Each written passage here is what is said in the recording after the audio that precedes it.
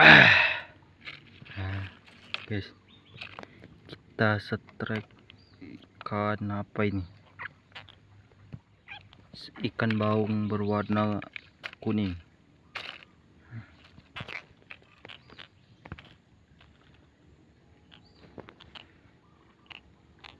Ikan baung warna kuning.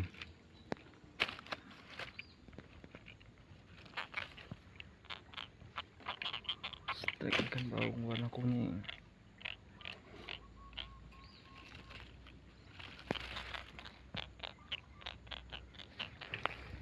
Spot mancing Sungai Ogan. Dapat ikan baung warna emas.